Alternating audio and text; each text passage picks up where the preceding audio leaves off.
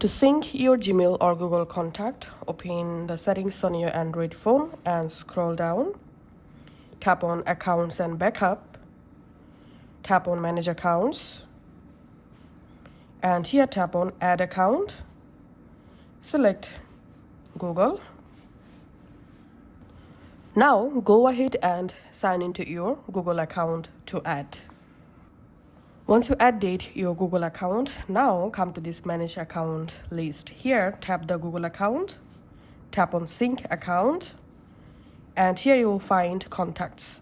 Now, all you have to need to sync your Google or Gmail accounts to your contacts to your Android phone, just turn on Sync Contacts, and then all of your Gmail or Google account contacts will sync to your Android phone. Now, go to the Contacts app, and here you'll find all your contacts, including your Google contacts. Thanks for watching.